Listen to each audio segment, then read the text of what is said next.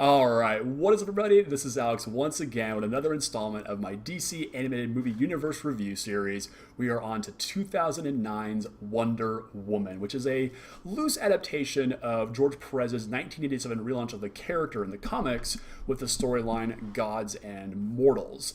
Now, I have to kind of level with you guys here quickly, as even though I'm a fan of Wonder Woman in general, I don't know all that much about her. And while I have done some reading, I've watched a lot of videos about sort of her creation and her inception. I am not going to make any commentary on that here because Wonder Woman is complicated. Not just because not in her origin itself. Like, her storybook origin is very, very simple. She is a daughter of Hippolyta, molded from some clay, and that's pretty all cut and dry. It's her inception, where she came from. I don't want to get my hands dirty about talking about where she comes from. And if you are at all interested in superhero history, I encourage you to go out and look at the history and creation of Wonder Woman, because it's, like I said, complicated. And that's putting it mildly. So let's not get into that. Let's talk about Wonder Woman, the animated movie here. So as always, these movies have fantastic voice talent, and this one is no exception here. Kerry Russell is voicing Princess Diana of Themyscira, Wonder Woman herself, and just does a fantastic job. I was kind of bummed when I went back to watch this again this weekend, because I remembered that Lucy Lawless, who voiced her back in Justice League The New Frontier, was not returning for this, and so I was like, well, maybe I won't like it as much, but Kerry Russell does a great job in this role. You probably remember her in Felicity.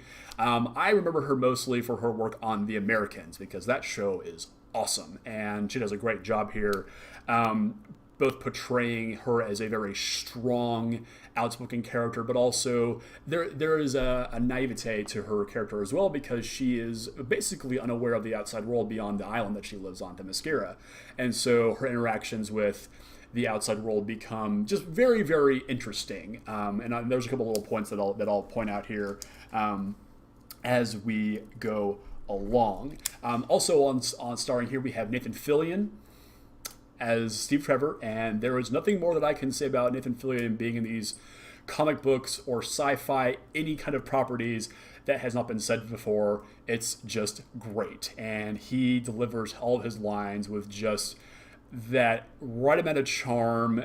That's just fantastic. He's perfectly cast in this movie. Alfred Molina is also here as our primary villain, the God of War, Ares. He doesn't have what I would consider to be that typical "I am a villain" kind of voice. It's very understated. And if you've seen him in any of his previous work, especially in Spider-Man 2, he was a very sympathetic villain in that, once he kind of realized, the damage he was doing to the city around him as he was, trying to build this energy generator, which is neither here nor there because this isn't a Marvel property. But he does a really good job in this movie as well. I think he's very, very good and brings a lot of really subtle presence to his role. Rosario Dawson's also in this as Artemis, who is sort of this headstrong, very outspoken Amazonian who butts heads with Princess Diana every once in a while, just because that's how their upbringing was. David McCallum, who I actually didn't recognize his voice until he started speaking. He's Zeus in this, and he also plays Alfred in some of the Justice League animated movies that we'll get to here in the next couple of weeks. Also does just a great job in a very, very small role. So, what is this movie about? Well, it's kind of a goofy. It's a lot of Greek mythology going on here, and it's gods and monsters. Of course, it's gonna be goofy. So the movie starts off centuries ago with a fierce battle between the Amazonians, led by their queen Hippolyta, and Ares, the god of war, and his army, and they are fighting for reasons, because Ares is the god of war. And a lot of it is revolving around the fact that Ares forced a son upon Hippolyta. In that sense, they conceived the child together, and it was not her decision. So, strike one against Ares. They are fighting, and just before Hippolyta cuts off Ares' head, Zeus steps in and is like, "Hey, let's not do that. He's still my son. I prefer not kill him." And Hera shows up, who is Zeus' wife, and he's like, "Hey, I agree. with my husband. Let's not kill him, but as a consolation, I will give you and your Amazonian warriors an island, the Themyscira, to live out your days, of which there will be infinite of, because you will not age on this island, and it will keep you safe from the influence of man in the outside world. And Hippolyta's like, all right, cool. And as a consolation prize, they get to lock Ares' arms within these bracelets that basically cut off his power, because he is fed off of hate, rage, anger, and all sorts of negative activities. And they throw him in a jail cell to basically waste away as a mortal, although I imagine that he is also immortal at this point, but he has no power. So fast forward a couple hundred years, and we are introduced to United States Air Force Colonel Stephen Rockwell. Trevor, I believe is his middle name in the movie, and he is flying for reasons unknown into airspace with some buddies of his, and they are attacked by some bogies, and he crash lands on the island of Paradise Island, which is another name for the Themyscira. And as you can imagine, he reacts as any man would to an island full of supermodels. I have to admit, I was a little bit wary about reviewing this, just because it is difficult, at least for me, it is difficult to talk about Wonder Woman and sort of all of the elements that go into her character and her world without making some kind of slip up here. So if I do that, I do apologize. I'm not trying to offend anybody. This is just one comic book fan's, remarking on a movie. So if I do say something that's a little bit off color or anything like that, I do apologize. And it's certainly not intended in any way. So he shows up, and they're like, whoa, man's here, kill him. And so they tie him up, and they use the lasso of truth to get information out of him. He reveals that who he is, the fact that the American government has no idea the island is there, and they're like, okay, cool, we just need to send him back. And of course, Princess Diana is like, well, I want to take him back to the island. I want to go see the world of man. And Hippolyta's like, no, you are my daughter, and I'm not going to expose you to the evils of man, because man, evil, evil, evil. So they decide to hold a contest in which Diana disguises herself as a typical Amazon warrior and wins the contest by showing off feats of strength, at which point she is given the armor, bikini thing, swimsuit of power that she's known for. She gets the lasso, the boots, the gauntlets, and the tiara, which they use the tiara in this movie. I forgot the tiara actually did anything. We'll get to that. And then her and Steve Trevor fly back to New York in the Invisible Jet. Where the Invisible Jet comes from, I have no idea. It was never explained, but they have an Invisible Jet. So they fly back, and they land, and they go about their business. They're going to basically track down Ares, who has broken free from the prison that he was on. The woman, the Amazonian who was guarding him, Persephone, has been seduced by Ares, and so she lets him out, and they go on a rampage, and they're basically going to try and figure out a way to unlock his godly powers and destroy the world. And so Steve and Diana are trying to find him, and they track him down to a military base where his cult of Ares is helping him sacrifice one of their members to open up the gates to what I assume is the underworld. And Diana and Trevor show up, and they fail to defeat him because Diana gets knocked out. And so Steve's like, "Well, I got to save you because the world's not worth saving unless you're in it." We get the the love story going on, which is nice. In the meanwhile, though, Ares has descended into the underworld, into Tartarus, the Greek underworld, and he meets up with his uncle Hades, who looks nothing like Hades does in any kind of popular media that I've seen. Not like the Disney Hercules' Hades, not like the God of War video games Hades. He looks nothing like him. He's this big, bulbous, kind of Jabba the Hutt looking dude sipping on wine. And I'm thinking, is this Bacchus? How the hell is Bacchus going to help him get these bracelets of, power binding off? But, it's Hades, and he breaks the gauntlets off, and that gives back Hades all of his power. It gets him the ability to raise an army of demons and monsters, and he's basically going to go to New York, and by proxy also to Washington, D.C., to, seize the throne of power, as I guess he assumes it is. So Diana and Trevor, they catch up with him, and they are now fighting on the lawn of the White House and the Washington Monument, the Lincoln Memorial, and all that. And the Amazonians show up, and there's this big fight. And in the meanwhile, the president of the United States has become under the influence of Ares because his influence has grown so great now by his bracelets being broken off. And he decides to fire a nuclear missile at Themyscira. They realize that, well, these mystical monsters are attacking the planet. It must be coming from this random island that just showed up all of a sudden. And they're like, yeah, nuke it. So Steve Trevor flies the invisible plane and shoots down the nuke with, wait for it, invisible missiles, because reasons, right? So that saves that. And in the meanwhile, Ares has like gone Super Saiyan and gotten himself some new armor. Him and Wonder Woman are fighting each other, and he's basically beating the crap out of her as the Amazonians and his army are clashing around them. The tide of the war is looking pretty grim until, he's been monologuing about how he will walk across the world on the backs of 5 billion corpses, and he's doing the general, demon, villain monologue. At which point, Wonder Woman lassos him, and he's been using this lightning power that he got somehow, reasons, right? And lassos him, yanks him, and flips over his head, gets struck by his own lightning power, and then she grabs a sword and then whack, cuts his head off. And at that point, Ares' army of demons and monsters returns to whence they came for reasons that aren't explained. The Amazonians get back on their boats, go back to Themyscira, and Wonder Woman goes back with them. At which point, Hippolyta's like, yeah, you probably should be, part of that world, but if you're going to do it, you have to do it as Wonder Woman. So she, gives her back the armor and all that to go and be a hero, a heroine. And she's just like, just come back and visit me every once in a while because, moms, and happy Mother's Day to all you ladies out there who have kids. So good on you guys. Happy Mother's Day. The movie ends with Steve and Diana. They're kind of in this relationship thing now. And one of her villains shows up, Cheetah, who's this cat lady. She's attacking the city, and Wonder Woman's like, well, I just have to be Wonder Woman at the same time. So she goes off to fight Cheetah. And that's the end of the movie. It's not bad, actually.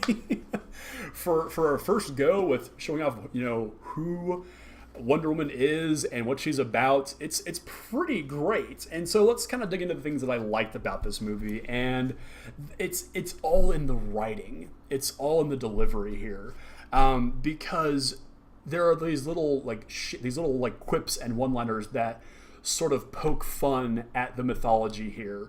There's a great scene as Steve Trevor and Princess Diana are arriving in the middle of Central Park, I'm guessing, and they're talking. And there's cops in the background because it's Central Park in the middle of the night. And so they're like, what's going on here? And Steve just goes, maybe we should go somewhere and get you something that's not going to get me arrested for solicitation. And so just the fact that the movie is smart enough to poke fun at its own mythology it just makes me smile. Just all these little one-liners as Trevor and his unit are flying. They're talking about what's the PF level of this mission, and their one co-pilot goes, "What's a PF?" And they're like, "Oh, it's pucker factor," and it's like just these little random one-liners, which just sound dumb, but the way that Nathan Fillion delivers them is just absolutely fantastic. The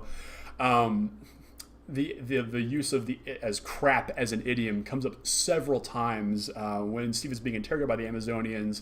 He's saying, "Oh, I don't have to take this crap from you," and they all are just like, "We are not familiar with this particular idiom." Very deadpan because they don't get sarcasm or anything like that, and they force him again at the lasso to explain what crap is, and it's just having to explain what that is to a bunch of 7-foot-tall Amazonian warriors has got to be every man's worst fear.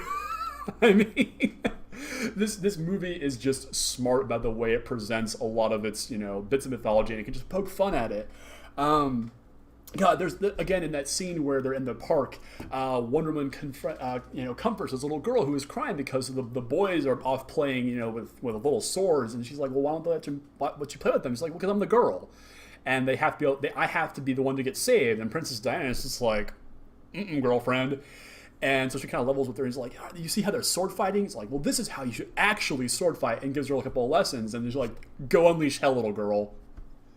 Just these little one-liners, because Diana just doesn't take any shit from anybody in this movie. All of Trevor's little advances, she just bats him off with a stick. There's a great scene where they're in a bar, and you can tell that Trevor's trying to get her drunk, but of course, Amazonian physiology prevents her from getting drunk off tequila. Who knew? And just the way that she just rebukes all of his advances, because he is a bit of a womanizer, and he admits to that, and just constantly rebuking all of his advances, and she just takes no shit from him. There's a great fight scene where she jams the heel of a high heel into a monster's eye, and she looks at it and is like, "How impractical would that be?" and just throws it away. There's obviously a lot of very pro-feminism little bits here and there, and I just don't have the ability to comment on any of that with any sort of intelligence, so I won't, but it's all there, and I can see it. I just don't know how to articulate how it all just comes together, except for the fact that it's great, and it really just makes this movie a great example of how wonderful a character Wonder Woman actually is, and how important she is to culture in general. It's great to see a female character who is this empowered and just doesn't take shit from anybody, and just it's great, and it's fantastic. I also have to comment on the fight scenes. Holy crap! I thought that the fight between Doomsday and Superman was brutal in Doomsday. Some particularly powerful gut punches and some blood. And granted, there's not a lot of blood in this movie, but the fight scenes are so much more brutal and beautifully choreographed. Because obviously, while Wonder Woman herself is, super strong, she also has the grace and agility of an Amazon. So she is, cartwheeling and backflipping, and just the fight scenes that we get to see, especially when the Amazonians are engaged in combat, are just fantastic and horribly and fantastically brutal.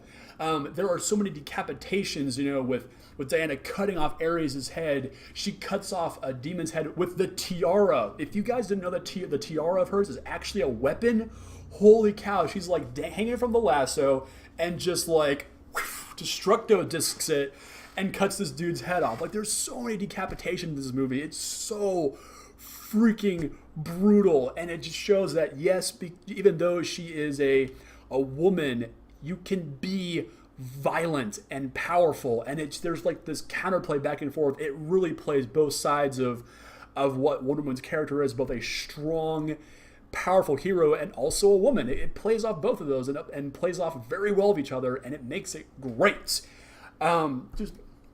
God, it's just so, just all the one-liners and all just little pokes and things like that. Just it's really represented really, really well. Like I said, the fight scenes are gorgeous, beautifully choreographed. The whole movie is gorgeous.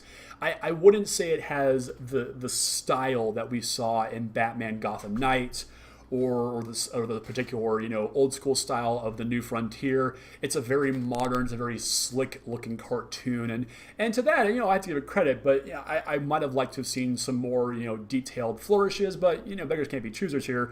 The movie still looks great though. I do have to get, and they're just like minor nitpicks, honestly, and I'm sure that they're just they were in there, but for whatever reason they were cut out, and it's like just the little consistency things. I have issues with the consistency. The invisible jet showing up. Yes, it's a part of Wonder Woman's mythology, but where the hell are the Amazonians keeping a plane that has supersonic capabilities and has missiles?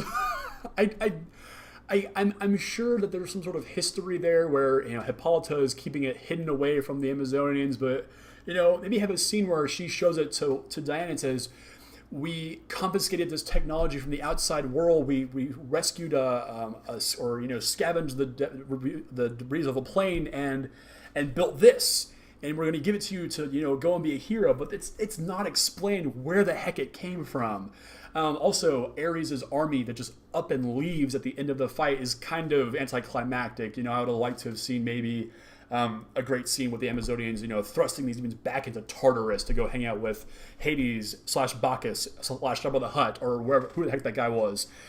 Just little pieces of that, just kind of just little ways to tie up the story.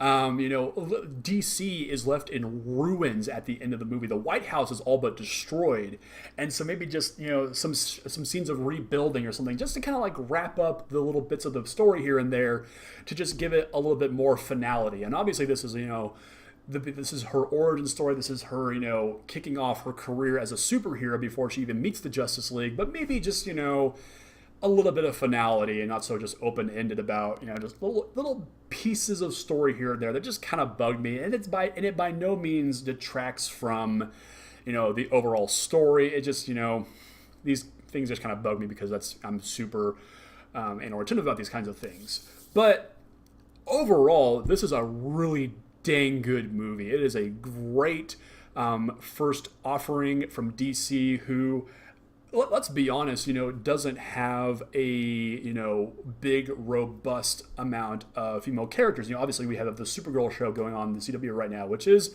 pretty darn good, I have to admit. Maybe I'll review that at some point. But I like to see that they are dipping into these female characters instead of just the all boys club. That's always good, always great if you ask me. And I really hope that with the Wonder Woman movie coming out here in a couple of weeks, they beat Marvel to the punch, because frankly they are on the back foot when it comes to these live action movies.